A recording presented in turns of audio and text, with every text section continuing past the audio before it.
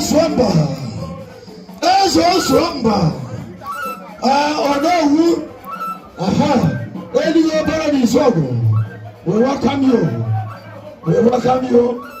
And the right time is for ushering in His Royal Majesty. Is only Dike. Ezo Swamba. Here, Mbadiwe on the wall, son. You are very much welcome. His Excellency, Prince Onye Kachuku, Onye G.O.4, Arondizuogu. You are welcome. You are highly welcome and you are humbly welcome as well. Abundi Ebubusu to Onyese, Onabaka, Arondizuogu. Yes, Igbo Izogo. Oje waburu n'obi Adike. Webodum Mbadiwe Dike. You're welcome. Eze na-asị nnọọ. You're welcome.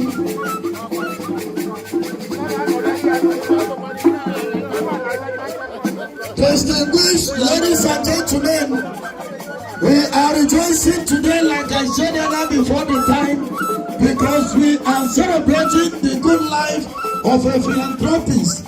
We are celebrating the life of that great man who made it possible that this family remains what it is today. Amazu, masse, Chief Benjamin, Ezima Okokokoro, Yamadima, who departed from this Amazu by this time 41 years ago.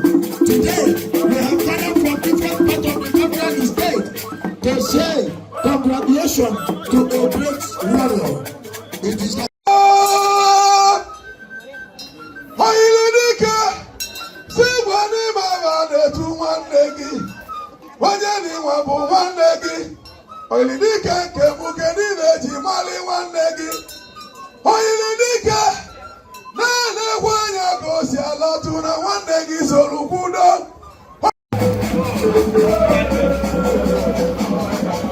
And ladies and gentlemen, Aina Afo Akajo Chief, High Chief Sunday Dike is very much around in the building.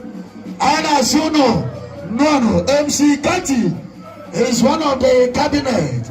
We love you so much. And ladies and gentlemen, Anna Arondizuogu. Royal Highness. Is the Oliver Mbadiwe Dike. Address I the Malandawa.